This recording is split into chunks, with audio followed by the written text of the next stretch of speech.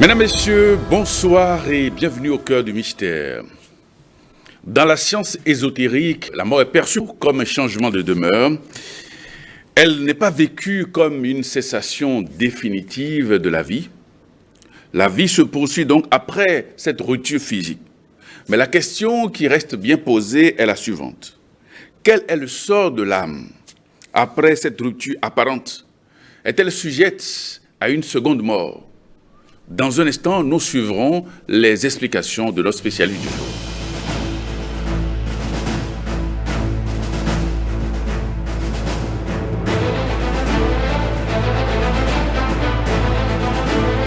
Et nous recevons ce soir Kenneth Goumissi. Il est instructeur spirituel et gnostique. Kenneth Goumissi, bonsoir. Bonsoir, monsieur Noutéo. Parlez-nous du processus de la mort. Eh bien, vous avez tout à fait raison. Il y a d'abord la mort, cette mort que nous connaissons tous, et qui nous fait dresser les cheveux sur la tête, mais il y a une seconde mort, d'accord. Mais d'abord, on a besoin de comprendre ce que c'est que la première mort, disons la mort naturelle, ce que certains appellent la mort adamique. Bon, la mort naturelle, c'est un phénomène par lequel l'âme se détache définitivement du corps physique. Pas de la vie, comme vous l'avez si bien dit, mais du corps physique. Il convient de mettre l'accent sur l'adverbe définitivement. Car nous mourons, entre griffes, chaque fois, chaque nuit. Lorsque, durant le sommeil, notre âme se détache des connexions avec le corps physique pour déambuler dans les mondes subtils, cette expérience est une petite mort.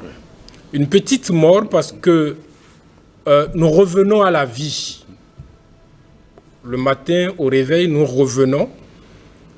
Par contre, lorsque l'heure de la mort au vrai sens du terme arrive, cette séparation devient définitive car les anges de la mort, c'est une hiérarchie divine qui s'occupe d'opérer ce détachement entre l'âme et le corps physique.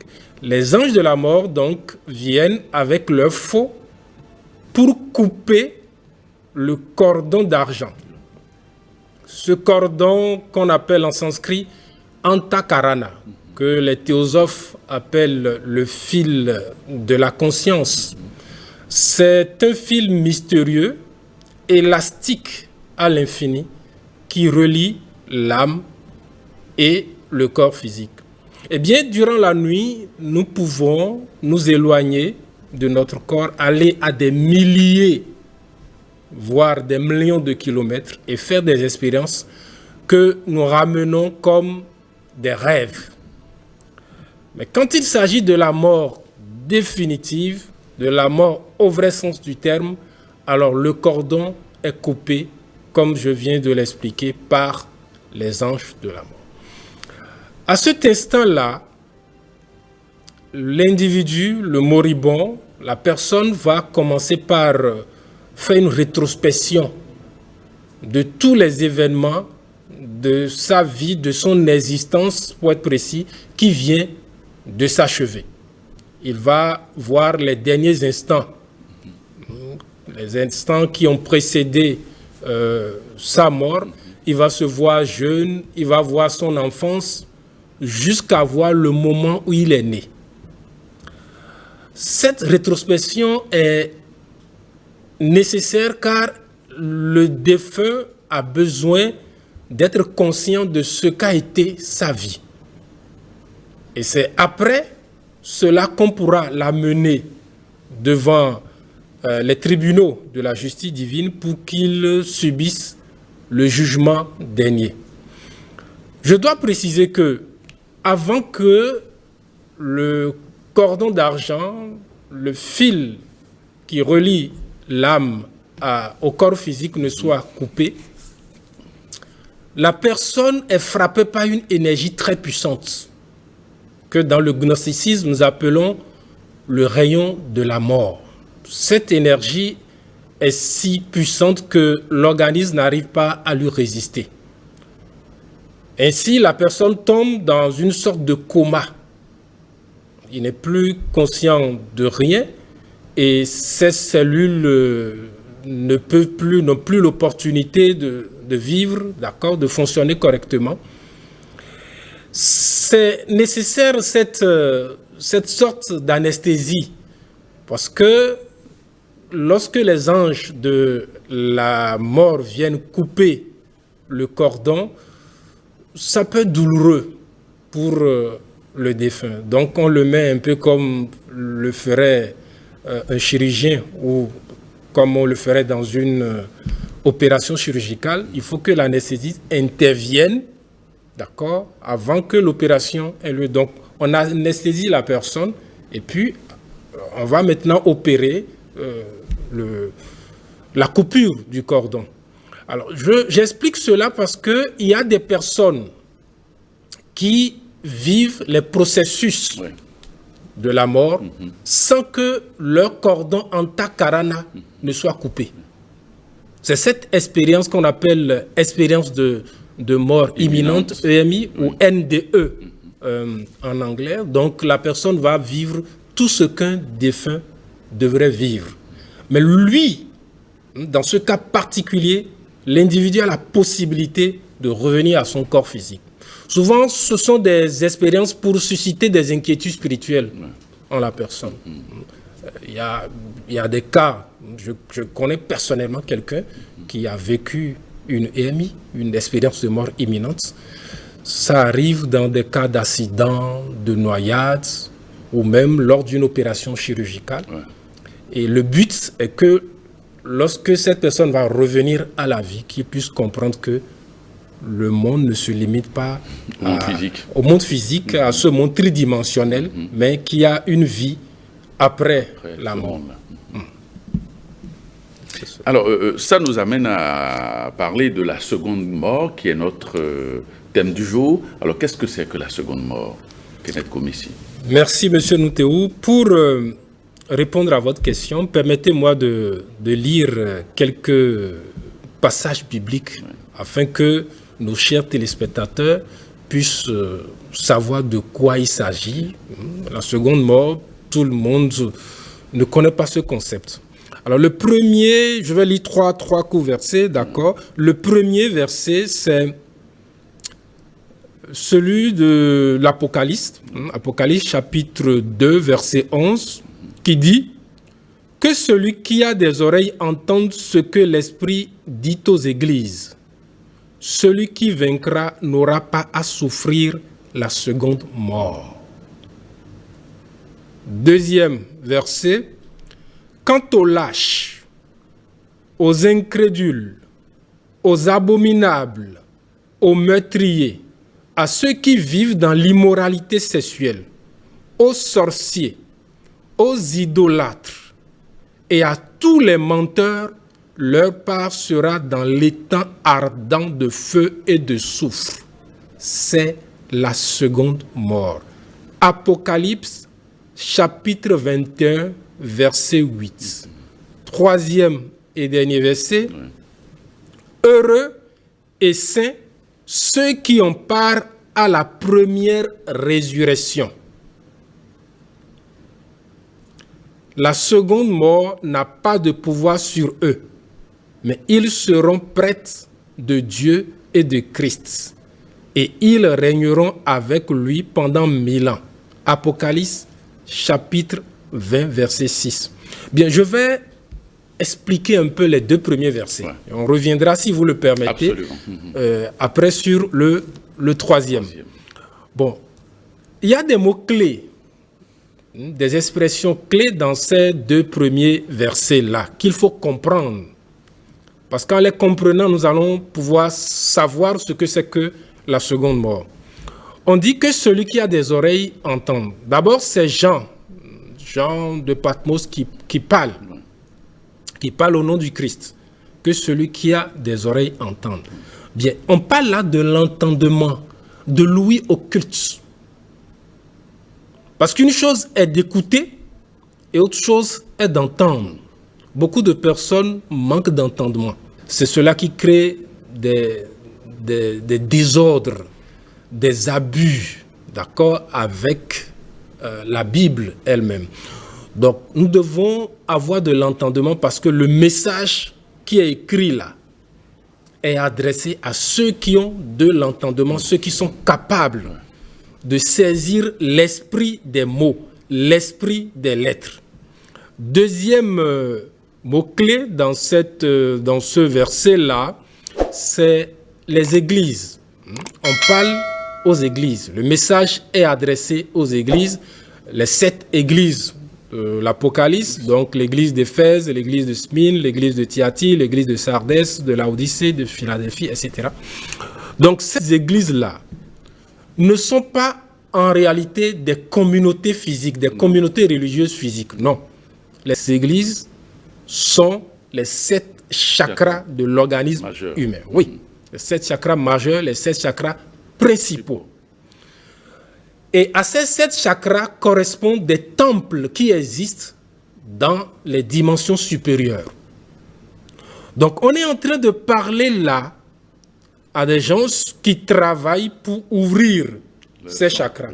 Parce que les chakras sont les sens internes. C'est à travers ou grâce aux chakras, je dirais, que nous pouvons savoir ce que c'est que Dieu, que nous pouvons nous rapprocher de Dieu.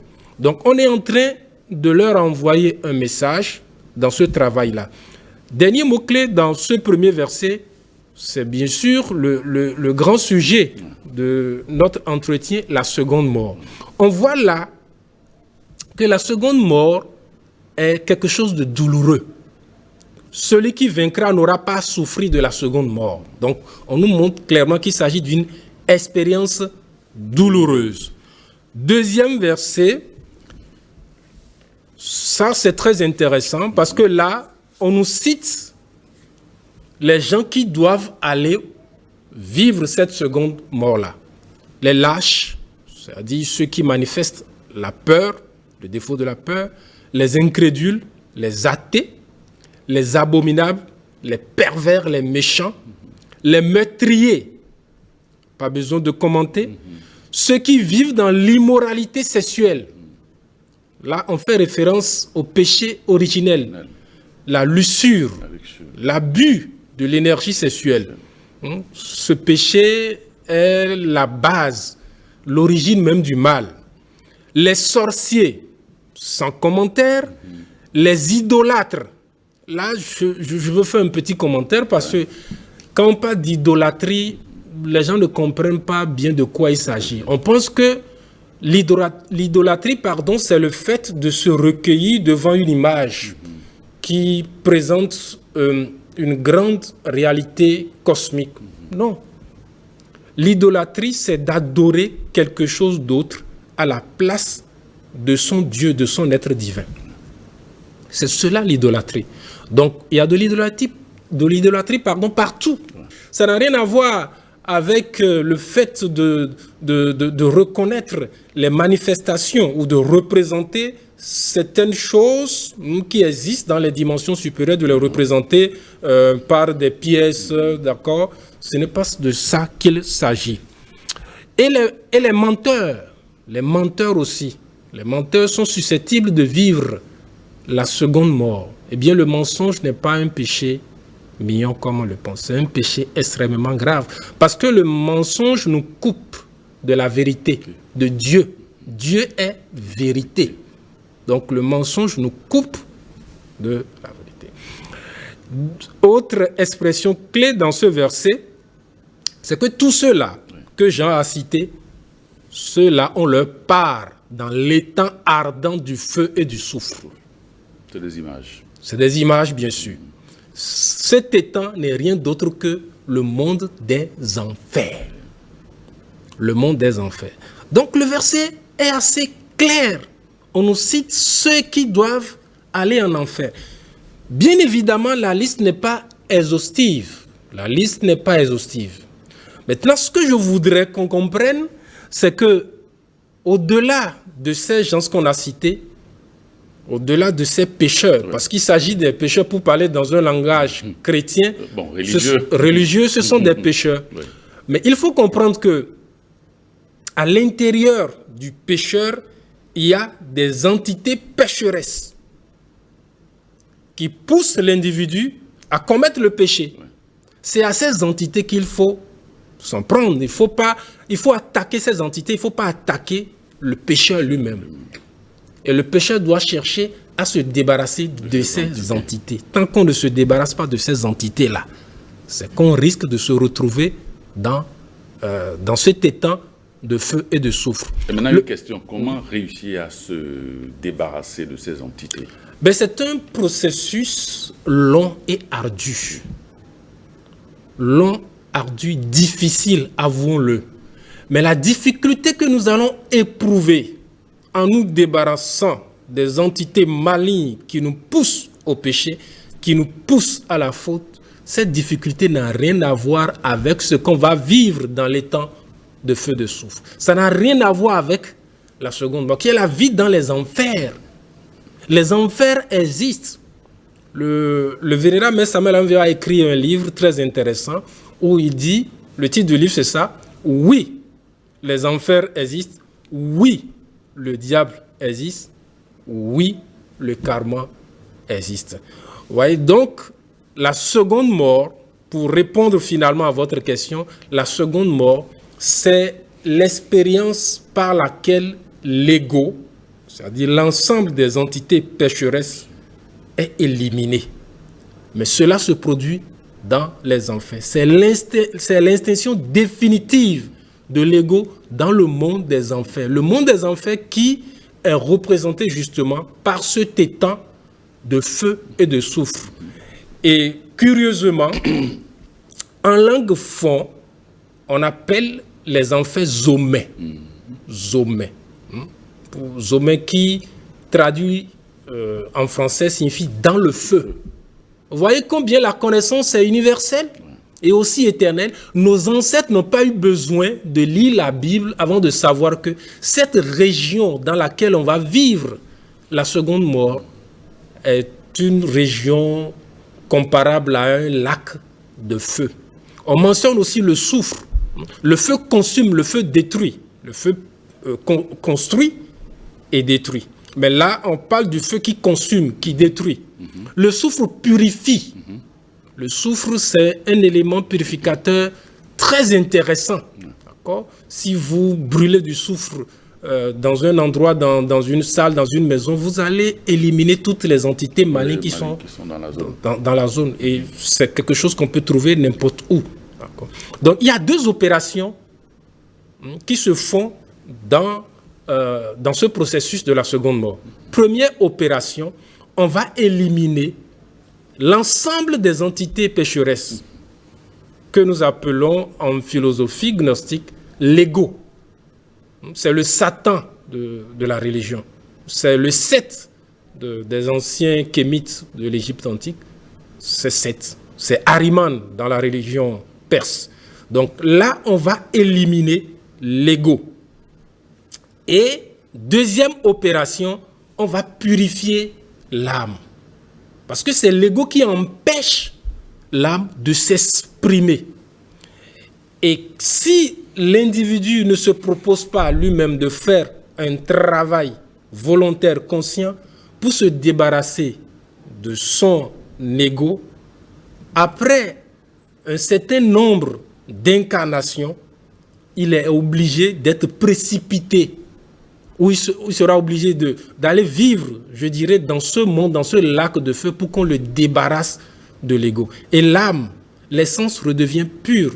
Les gens pensent que la seconde mort, c'est quelque chose qui va éliminer, détruire l'âme. Non, pas du tout. L'âme est immortelle. Et ceux qui pensent ainsi on les comprend. Ce n'est pas qu'ils ont raison, on les comprend parce que dans beaucoup de religions, on présente les enfers comme un endroit dont on ne peut jamais sortir. Ça n'a pas de sens. Dieu serait injuste. Dieu serait injuste. Si vous allez en prison et que vous purgez votre peine, on vous sort. Le seul objectif de ce processus de la seconde mort, c'est de libérer à nouveau l'âme. Oui, libérer l'âme et de détruire l'ego, de rendre l'âme pure. Donc l'âme redevient pure et commence un autre cycle d'incarnation, va reprendre un autre cycle de la roue du samsara. Voilà donc ce que c'est que la seconde mort. Donc, en bref, la seconde mort, c'est pas une extinction de l'âme, une destruction de l'âme, non. Pas du tout, c'est plutôt la destruction de l'ego. Or, l'ego enveloppe l'âme. L'ego embouteille l'âme. Donc, on ne peut pas détruire ou libérer l'âme sans détruire. C'est casser la bouteille pour sortir ce qu'il y a dans cette bouteille-là. Seulement que c'est douloureux parce que c'est un processus qui est long. Ça va prendre des millénaires. C'est ce que la Bible nous dit. On va revenir. Des millénaires, mais pas dans notre... Des millénaires, c'est plan cosmique. Non. La réalité cosmique. Si c'est cosmique, ça va être encore plus lourd. Évidemment, mais bon. C'est-à-dire des millénaires, c'est-à-dire 1000 ans terrestres. 1000 ans terrestres. Ok. 1000 ans terrestres, c'est quand même lourd. C'est très lourd. Donc c'est en cela que c'est difficile parce que vous imaginez, il y a des mystiques qui nous parlent de ce qui se passe, qui ont la capacité d'aller dans les enfers de façon consciente. Je dis de façon consciente parce que nous tous, nous allons dans les enfers. Nous tous, nous allons dans les enfers chaque nuit. Quand on dort, on va dans les enfers. Les cauchemars que nous faisons là, c'est ce type spécifique de rêve, c'est dans les enfers qu'on vit. Ça, on va dans les enfers chaque nuit. Souvent. Mais il y a d'autres qui vont de façon consciente, ce qui leur permet de faire des investigations. Eh bien, figurez-vous que pour faire un pas dans le monde des enfers, ça peut vous prendre une journée. C'est en cela que c'est un monde dense. C'est un monde dense où il y a beaucoup de lois. Or, dans une région où il y a plus de lois, c'est que la vie est dense, la vie est difficile. C'est cela. Alors, est-ce que vous pouvez nous expliquer comment se déroule le jugement de l'âme? Ah oui, parce que avant de vivre le processus de la seconde mort, il faut avoir été jugé. Il faut avoir été jugé. Alors, nous avons dit tout à l'heure que lorsque le moribond ou n'importe quelle personne, même si c'est dans un accident, une mort subite, vit la mort naturelle, puisque nous parlons finalement de deux morts, c'est bien de préciser, il fait une rétrospection de sa vie qui vient d'être écoulée et étant conscient de ce qu'il a fait, on va l'amener devant les tribunaux de la justice divine. Le président de ces tribunaux, c'est Osiris. Alors, je prends l'image des anciens Égyptiens. Il est vrai que toutes les religions, toutes les traditions ont parlé de ce processus très important qu'est le jugement de l'âme. C'est très intéressant parce que tous les peuples ont parlé du jugement. Mais à mon avis, le texte sacré qui explique bien le jugement de l'âme, c'est cette page du livre des morts égyptien, qu'il ne faut pas confondre avec le livre des morts tibétain. Le Bardo Todol. Alors, je vais expliquer brièvement ce papyrus-là qui parle du jugement de l'âme. Donc, la scène se déroule dans une salle qu'on appelle la salle de Maat. C'est la salle du procès. Maat est l'incarnation de la justice chez les Égyptiens.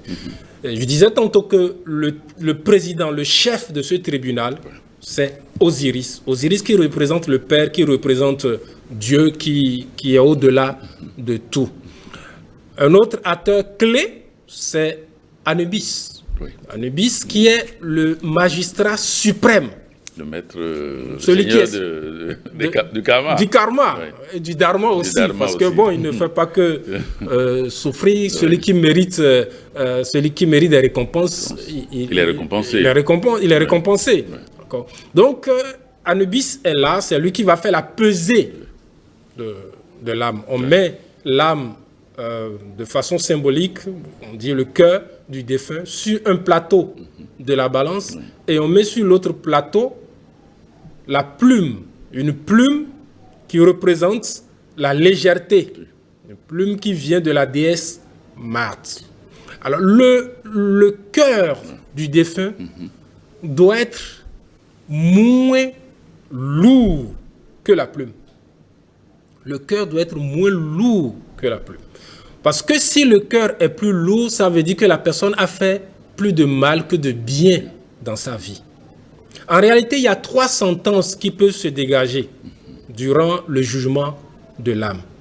La première sentence, c'est que, ce qui est positif, le cœur est plus léger que la plume. La personne a fait plus de bien que de mal. On va permettre à cette personne-là de vivre des vacances dans les mondes supérieurs, dans ce qu'on appelle les paradis. Dans les textes sacrés égyptiens, on parle du royaume d'Osiris, les champs d'Ialaou. Donc, il va vivre là-bas, c'est la beauté, ce sont des dimensions. La félicité. Il y a la félicité, d'accord. Il va vivre tout ça. Première sentence. Deuxième sentence, c'est que le cœur ne pèse pas plus lourd que la plume. Il y a une sorte d'équilibre. Ou bien cette personne n'a pas été trop perverse. On va lui donner une nouvelle chance. Il va renaître. Il va réincarner, comme on le dit. Il va vivre la loi de retour. On va lui donner un autre foyer, une autre famille. Il reviendra dans ce monde. Donc, la réincarnation et tous ces processus. Troisième sentence, la plus redoutable, c'est que le cœur est lourd. La personne a commis énormément de fautes. C'est là qu'on va vivre la seconde mort. Cette personne va être envoyée dans les mondes infernaux pour vivre la seconde mort. Parce que la seconde mort intervient lorsqu'on a soit épuisé son cycle de réincarnation, ou bien on a été tellement pervers qu'on ne nous permet pas d'avoir un nouveau corps physique. Nos égos sont surdimensionnés. Et la grande loi, la divinité voit que ce n'est plus possible pour cet individu, à un moment donné, de les éliminer lui-même. Donc la nature va l'aider en le projetant dans les mondes infernaux. Les enfers, c'est pour nous aider à faire un travail que malheureusement on n'a pas voulu faire volontairement. Donc on va éliminer le mal, on va éliminer Satan. Parce que l'ego, Satan ne peut pas être éternel. Non. C'est vrai que l'ego se réincarne. Lorsque nous réincarnons, nous ramenons nos fautes. Les défauts qu'on avait dans d'autres existences, nous les ramenons. Absolument. D'incarnation en incarnation, nous ramenons ces fautes. À un moment donné, Dieu dit stop. J'ai toujours espéré que tu te débarrasses, que tu arrêtes de mentir, que tu arrêtes avec tes travaux de sorcellerie, de magie noire pour nuire aux autres. J'ai toujours espéré que tu deviennes quelqu'un d'humble, mais je vois qu'il n'y a plus d'espoir. Donc moi-même, j'ai un endroit qui est là, je vais m'en occuper, seulement que l'opération sera douloureuse pour toi. Et l'individu est projeté dans ces mondes-là, dans les mondes infernaux, où il s'éveille. Il devient conscient de ses fautes, de ses erreurs. Et il va passer au moins 1000 ans là-bas. C'est ce que les Écritures saintes même nous disent. Alors, ça confirme l'existence des enfers. Parce qu'il y en a qui n'y croient pas. Ah oui, tout à fait. Il y en a qui estiment que c'est juste symbolique, que ça n'existe pas. Oui, vous avez raison, monsieur Noutéo, parce que, vous savez, dans ce monde, nous souffrons tellement que les gens se disent, il n'y a pas un monde où on va souffrir plus que ça. C'est vrai, de nos jours, puisque nous sommes, comme on le dit dans les traditions orientales, nous sommes dans un Kali Yuga. Oui. Nous sommes dans un âge noir, où ce sont les ténèbres qui règnent. C'est le malin qui domine tout, dans tous les aspects de la vie. C'est le malin qui domine. Donc, il y a beaucoup de douleurs dans ce monde actuellement. Mais ces douleurs n'ont rien à voir avec ce qu'on peut vivre dans le monde des enfers. Les enfers existent et j'ai cité, il y a un moment cette œuvre magistrale du vénérable Maître Samuel Anne-Veilleur, oui, l'enfer existe, oui, le karma existe, oui, le diable existe. Mais il y a un autre auteur, bien avant Samuel Anne-Veilleur, il y a un autre auteur qui a parlé des enfers avec tellement de détails. Je veux parler de Dante Alighieri. Avec son œuvre, La Divine Comédie. Il a fait une description très détaillée du monde des enfers. D'abord, il faut remarquer qu'il présente les enfers comme une région qui est subdivisée en 9 parties. C'est pourquoi c'est plus juste de parler des enfers que de l'enfer. Il n'y a pas un enfer, il y a des enfers. Tout comme quand vous allez en prison, ben, il y a des compartiments. Le tueur en série, on ne va pas le mettre ensemble avec quelqu'un qui a volé un poulet. Ce n'est pas normal. Celui qui a volé un poulet, s'il sort là, il va développer des stratégies pour faire encore plus mal. Donc logiquement, si nous les humains, nous avons fait la part des choses jusqu'à ce point, ben, Dieu le ferait mieux que nous. Donc les enfers, il y a des compartiments. Et selon les fautes commises, selon par exemple, on a cité les menteurs, on a cité le menteur ne va pas se retrouver dans le même compartiment que le sorcier. Non. Donc il y a 9 subdivisions, 9 cercles dantesques, disons, parce que Dante a tellement bien parlé des enfers. Les enfers existent. Les enfers existent réellement. Il y a une anecdote. J'ai une sœur qui me parlait l'autre fois de ce qu'une de ses amies a vécu. Cette amie-là a perdu un parent proche. Et il s'apprêtait à lui demander des messes. Quand elle a vécu un rêve où le défunt lui apparaît pour dire non, ce n'est pas la peine de me demander des messes. Je suis déjà dans les enfers. Je suis déjà dans les enfers. Et la personne est allée raconter cette histoire au curé pour dire, bon, voilà, mon parent dit que ce n'est pas la peine. Le curé était abasourdi. Les enfers existent réellement. Et comme je l'ai expliqué, quand on descend dans ce monde, on s'éveille. Nous vivons la conscience endormie, mais lorsqu'on descend dans les mondes des enfers, on s'éveille. On prend conscience de cet endroit. Malheureusement, on ne peut plus en sortir, on ne peut plus s'échapper. C'est une prison sûre. Il n'y a plus d'espoir là. Ce qui amène les gens à penser que bon, quand on rentre, on ne peut plus sortir. Non, on sort, ça va durer, mais on finira par sortir. Dieu n'est pas là pour nous punir, juste pour nous punir. Il ne veut pas la mort du péché. Pécheur, il veut la mort de l'entité pécheresse. Il veut la mort de l'ego. Or, pour nous enlever l'ego, j'ai l'habitude de représenter cela par une opération chirurgicale. On a besoin de nous faire endormir, de nous anesthésier et puis de faire cette opération. Et lorsqu'on va s'éveiller, parce que finalement, le défunt, il s'éveille. Lorsqu'on va s'éveiller, peut-être ce qu'on nous a injecté, c'est encore là, on va sentir des douleurs. Et l'objectif, c'est qu'après, quand on va sortir de cet endroit, qu'on ne retombe pas dans les mêmes fautes. Malheureusement, ça ne se passe pas toujours comme ça. On retombe dans les mêmes fautes, on fait les mêmes erreurs. Donc les enfers, c'est pas un lieu, disons-le, d'où on ne revient plus. C'est-à-dire, non, pas du tout. On sort des enfers. On doit sortir des enfers. Mais le temps est lourd. Le temps est très lourd là-bas. Le temps est lourd. Vous savez, dans notre monde, dans le monde physique, il y a 48 lois. Pas 48 lois pénales, pas 48 lois spirituelles. Non, 48 lois spirituelles, 48 lois cosmiques qui gouvernent le monde physique. D'accord. Lorsque vous allez dans la dimension immédiatement supérieure, c'est-à-dire le monde vital, le monde éthérique, vous avez 24 lois. Vous allez dans le monde astral, vous avez 12 lois, ainsi de suite. Dans les enfers, dans le premier siècle infernal, vous avez 96 lois. Vous descendez dans le deuxième, il faut multiplier par 2. Ainsi de suite. Or, et chaque zone, chaque région des enfers a son maître, a son patron. À son patron, oui, parce que bon, il faut quand même des régisseurs. Oui. Chaque régisseur. Il faut des régisseurs. Donc, effectivement, c'est bien ce que vous dites parce que Ce n'est pas tous ceux qui sont dans les enfers ou qui vont dans les enfers qui sont des pécheurs. Il y a des gens qui sont... Tous ceux qui sont en prison ne sont pas des criminels.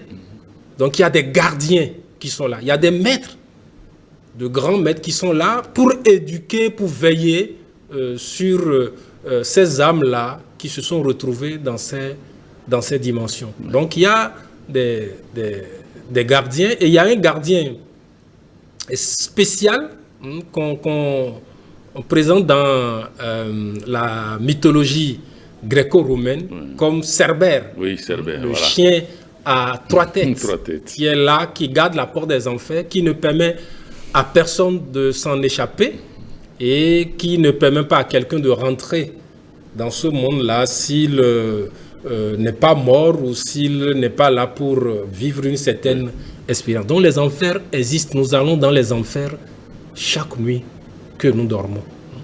Malheureusement, la plupart des rêves que nous faisons sont des rêves négatifs. Des rêves avec des émotions négatives. C'est contenu, c'est en affinité avec la vie que nous menons. C'est en affinité avec la vie que nous menons. Il y a un adage qui dit souvent le pécheur, le malveillant, le criminel n'a pas le sommeil tranquille. Vous allez voir les gens qui sont très méchants, ils sont obligés de se droguer. Même ceux qui ne sont pas méchants, toute personne qui se drogue, le but, c'est de s'évader de ce monde-là.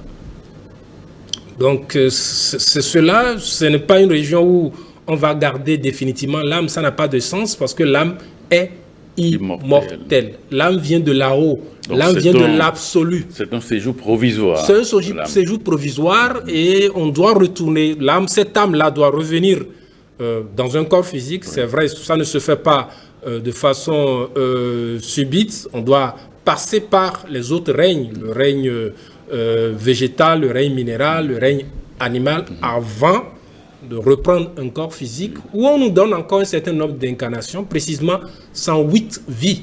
108 incarnations. 108 incarnations. Oui. Quand on parle d'incarnation, nous n'avons pas un nombre illimité d'incarnations. Chaque personne ou chaque âme, puisqu'il s'agit d'âme, chaque essence a droit, en tant qu'humain, à 108 existences ou 108 vies, si nous voulons. Lorsque vous êtes à votre 108e existence, incarnation, et à la mort, et que vous n'avez pas travaillé pour éveiller votre conscience, pour vous libérer de la roue du samsara, même si vous êtes quelqu'un, un bon papa, un bon fils, vous irez en enfer. Chaque jour, il y a des gens qui font des expériences. Donc, c'est un passage obligé. C'est un passage, bon, on ne va pas dire obligé. Il y a des gens qui n'y vont pas, ou bien c'est tout le monde qui y passe? Non, tout le monde n'y va pas parce que c'est... L'objectif, comme je l'ai dit, c'est d'éliminer l'ego. Donc, si de votre vivant, vous avez réussi à vous débarrasser de ces entités pécheresses, vous n'irez pas en enfer. Or, l'expérience a montré que ce n'est pas évident, quand on vient à une première incarnation, de réussir à s'échapper de la roue, d'avoir la maîtrise et de continuer, de prendre la voie ascendante, de monter vers les dimensions supérieures, de remonter à l'absolu, d'où nous venons tous. Donc, on échoue, on échoue, on échoue. Quand on échoue, on nous donne notre incarnation. Le but est qu'on apprenne. Mais au bout de 108 incarnations, si on n'a pas appris la leçon, le Père dit stop, on va descendre. Donc, ce n'est pas un passage en théorie obligé. Mais dans la pratique... On peut choisir de ne pas y aller. On peut choisir de ne pas y aller. C'est le but de la spiritualité, en réalité. Le but de la spiritualité, c'est ça. Le but de la spiritualité, c'est de rejoindre son esprit. La spiritualité n'a pas un autre but. Non. C'est de rejoindre son esprit, c'est de nous débarrasser de ces entités qui pourraient nous emmener dans les enfers, qui pourraient nous plonger dans une seconde mort. Il faut s'en débarrasser pour retourner chez notre Père, pour retourner dans le royaume d'Osiris, d'accord, pour retourner dans les Champs-Élysées. Toutes ces images-là, c'est pour représenter les dimensions supérieures, le monde d'où nous venons. Voilà. Alors, comment éviter la seconde mort? Oui, parce que j'imagine que nos chers téléspectateurs n'ont pas envie de se retrouver. La personne a envie de vivre la seconde mort. Parce que quoi qu'il en soit, c'est très, très, très difficile. Ouais. Alors la réponse se trouve dans un autre verset que j'ai lu tout à l'heure, mais que je vais relire. Heureux et saints ceux qui ont part à la première résurrection. La seconde mort n'a pas de pouvoir sur eux, mais ils seront près de Dieu et de Christ, et ils régneront avec lui pendant 1000 ans. C'est tiré du verset 6 du chapitre 20 de l'Apocalypse. Donc déjà ce verset nous dit comment faire pour ne pas aller dans les enfers, pour ne pas vivre la seconde mort. Heureux et saints ceux qui ont part à la première résurrection. Donc pour ne pas aller dans les enfers, pour ne pas être victime de la seconde mort, c'est simple. Il faut vivre la première résurrection. C'est intéressant, monsieur Noutéo, parce que, vous voyez, on nous invite à vivre la résurrection. Donc la résurrection, ce n'est pas une expérience que Jésus seul doit vivre. Non. Nous sommes tous appelés à vivre la résurrection. Autre remarque, c'est qu'il y a plusieurs types de résurrection. Comme il y a plusieurs types de morts, c'est normal que la première résurrection, ça veut dire première résurrection, ça veut dire qu'il y a une deuxième, une troisième et possiblement une quatrième résurrection. La première résurrection, en fait, c'est la résurrection de l'âme. La résurrection de l'âme. Si on parle de résurrection de l'âme, ça veut dire qu'entre-temps, l'âme est entre griffes morte. Je dis entre griffes parce que l'âme est immortelle. Ouais. L'âme ne s'exprime pas. Ouais. Quand l'ego s'exprime, l'âme s'éclipse. On dit je crois que c'est dans le livre de Luc, que en patience vous posséderez votre âme. En patience vous posséderez votre âme. Nous avons tous un embryon d'âme. Si on avait tous des âmes développées, mais il n'y aurait pas de crime. Il n'y aurait pas de sorcellerie. C'est-à-dire la lumière va prendre le dessus sur les ténèbres. Si nous faisons tant de fautes, nous commettons tant de crimes, c'est parce que nous n'avons pas d'âme. Nous avons juste le matériau pour fabriquer l'âme. L'âme, c'est quelque chose qui se fabrique. Pour permettre à l'âme de s'exprimer, qu'est-ce qu'il faut faire? Il faut éliminer l'ego. Qu'est-ce qui empêche l'âme de s'exprimer? C'est l'ego. Qu'est-ce qui nous empêche d'être humble? C'est l'orgueil. L'orgueil. L'arrogance, c'est tout le reste. Qu'est-ce qui nous empêche d'être quelqu'un de tempéré? C'est la colère. Qu'est-ce qui nous empêche d'être chaste? C'est la luxure. Vous voyez un peu, donc, il faut éliminer ces défauts-là, ces entités-là qui constituent Satan. Chacun porte son Satan en lui. Oui, on doit cesser de taper dans le mur pour tuer Satan. Non, il faut se taper dessus. Bon, tu as dit symboliquement. Symboliquement, voilà. Il faut taper sur l'ego. C'est tout un processus, c'est un travail, il y a une didactique qu'il faut apprendre, que nous enseignons. Il faut le faire. Et lorsqu'on arrive à éliminer l'ego, en tout cas les égos spécifiques qui empêchent l'âme de s'exprimer, on est parvenu à la première résurrection. Puisque la première résurrection a été mentionnée dans ce verset, si vous le permettez, je vais expliquer brièvement ce que c'est que les deux autres résurrections, parce qu'en réalité, il y a 3 types de résurrection. La première résurrection, c'est donc la résurrection de l'âme, le fait de libérer l'âme. C'est quand on devient un homme véritable. Oui, un homme véritable. Un homme véritable, c'est un roi de la nature, un roi de la création. C'est quand on incarne totalement son âme. La deuxième résurrection, c'est la résurrection du corps de gloire. Le corps de gloire n'est rien d'autre que l'ensemble des corps internes. Le corps astral, le corps mental, le corps causal, le corps bouddhique, le corps atmique. Oui. L'ensemble de ces corps-là représente le corps de gloire. Il faut travailler à construire ce corps. Il faut travailler à construire ce corps-là. Quand on a ce corps qui est construit, le Christ viendra habiter en nous.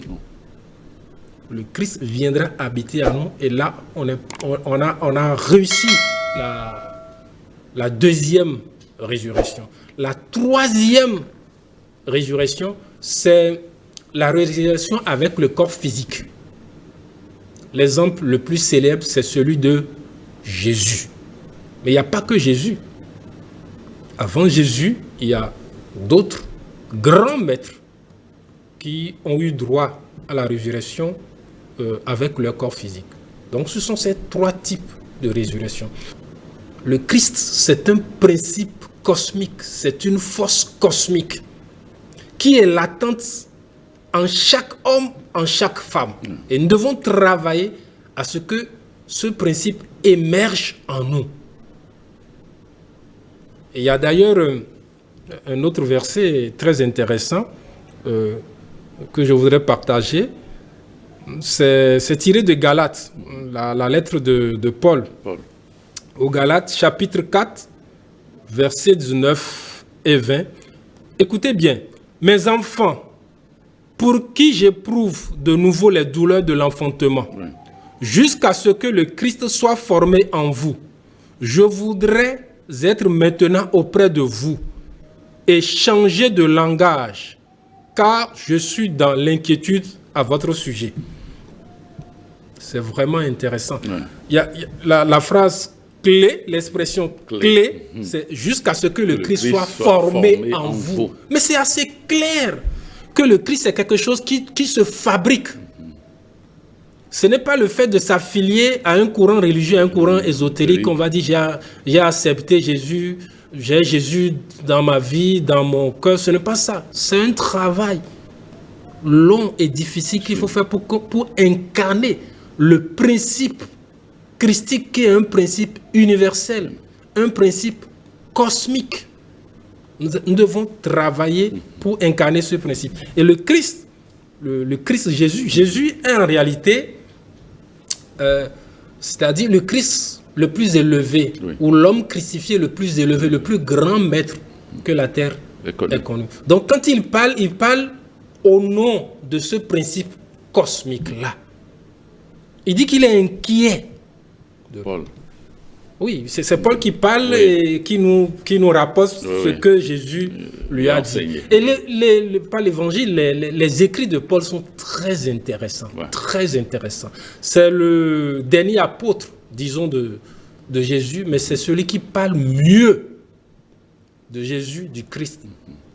Donc, si quelqu'un veut mieux comprendre ce que c'est que le Christ, il n'a qu'à lire les écrits de Paul. Parce que quand vous lisez les écrits de Paul, vous allez vous rendre compte tout de suite qu'il ne parle pas d'un individu. Paul parle souvent du principe christique. Hein, Jésus, c'est un grand maître que nous, gnostiques, nous vénérons. Mais le problème, c'est de comprendre que le Christ ne se limite pas à Jésus. Le Christ, c'est Quetzalcoatl des Mexicains. Le Christ, c'est Osiris des Égyptiens. Quand quelqu'un arrivait à incarner le Christ en lui dans les temps anciens, on dit qu'il est osirifié. Vous cherchez le Christ dans toutes les grandes traditions, vous allez le retrouver. Donc c'est un principe cosmique. Donc je reviens à votre question. Pour échapper à la seconde mort, il faut au moins vivre la première résurrection. Et nous avons une promesse, on nous fait une promesse. Celui qui arrive à vivre la première résurrection, il va régner avec le Christ. C'est-à-dire le Christ serait en lui et il va régner pendant 1000 ans. Il va régner pendant 1000 ans parce que les 1000 ans là, pendant ces 1000 ans, ça va être un âge d'or. Un âge d'or. Pendant que les uns règnent avec beaucoup de gloire, beaucoup de splendeur, les autres seraient en train de vivre ces 1000 ans dans les enfers, de vivre les processus de la seconde mort. Donc c'est vraiment la chose à faire. Tout de suite, ce n'est pas quelque chose qu'il faut ajourner parce que c'est déjà un travail qui va nous prendre toute une vie ou possiblement plusieurs vies. C'est de se débarrasser des entités pécheresses qui se retrouvent en nous. Dans le gnosticisme, on parle de la mort mystique, de faire le travail psychologique, de se débarrasser. Mais il n'y a pas que ça. Il n'y a pas que ça. Disons que le travail se résume en 3 points. Pour éviter totalement la seconde mort, nous avons bien sûr besoin d'éliminer l'ego, les entités pécheresses qui se trouvent en nous, nous avons besoin de prendre part à la seconde naissance. À la seconde naissance, la naissance spirituelle, la naissance alchimique, d'accord, qui est en relation avec les mystères sacrés de la sexualité. Puisque si le sexe ou la luxure, l'abus du sexe, le sexe en lui-même n'est pas mauvais, d'accord, est le péché originel, ben, on va dire la vertu originelle se trouverait dans ce sexe lui-même. Le sexe n'est en rien mauvais. Dieu n'a jamais interdit le sexe. Si le sexe était mauvais, l'histoire d'Adam et Ève, les gens n'ont pas bien compris ça. Beaucoup de personnes n'ont pas bien compris ça. Si le sexe était mauvais, la personne à accuser tout de suite, c'est Dieu lui-même. S'il ne devrait pas nous doter de cet organe, s'il savait que c'est un organe mauvais. Aujourd'hui, malheureusement, il y a beaucoup de religieux qui pensent que pour aller Dieu, il faut mettre le sexe de côté. Le sexe est mauvais, le sexe est sale. Non, c'est une erreur extrêmement grave. La vertu originelle, donc la première vertu, la vertu fondamentale qui va nous reconnecter à la divinité, qui va nous permettre de rentrer à nouveau dans l'Éden, cette vertu se trouve avec la force sexuelle. Tout comme le péché originel se trouve avec la force sexuelle. Donc c'est le deuxième élément. Le premier, je rappelle, c'est la mort mystique. Oui. Le deuxième, c'est la naissance spirituelle, la seconde naissance, la naissance alchimique. Et enfin, le troisième, c'est le sacrifice désintéressé. Même si aujourd'hui, dans cette incarnation, on s'éveille, on comprend que nous ne sommes pas seulement le corps physique, nous avons une âme à sauver, nous avons un esprit qu'il faut rejoindre et qu'on devient un pratiquant, un spiritualiste pratiquant. Mais les incarnations antérieures, ou même cette vie-là, si nous avons trouvé le chemin, le véritable chemin de lumière à 50 ans, mais tout le mal que nous avons fait avant, qui va payer? C'est nous. C'est nous. Mais comment allons-nous payer? On va payer par la loi du karma. C'est ça. Or, le karma, on peut le payer sans souffrir.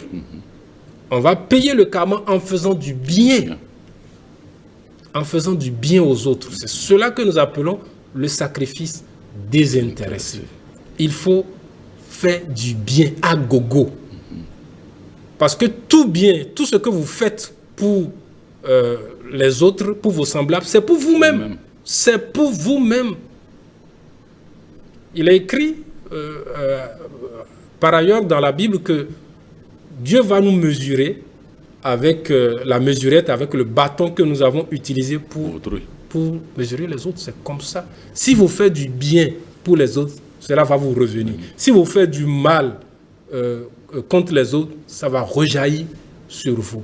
Donc, tout le karma qu'on a accumulé jusque-là, tant qu'on ne le paye pas, les agents, les magistrats, si vous voulez, de la justice divine vont dire non, celui-là ne va pas monter dans les dimensions supérieures, n'ira pas dans les paradis. Il faut qu'il paye sa dette.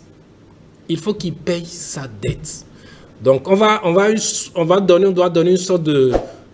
on doit produire, on doit montrer, pardon, une sorte de quitus, mais spirituel, pour montrer qu'on ne doit rien. On ne doit rien à la nature. Tant qu'on doit, on ne peut pas monter dans les cieux. Merci Kenneth Goumissi, vous êtes professeur d'anthropologie gnostique. Merci d'être passé dans ce numéro de notre émission Au cœur du mystère. Amis téléspectateurs, merci de nous avoir suivis et à très bientôt.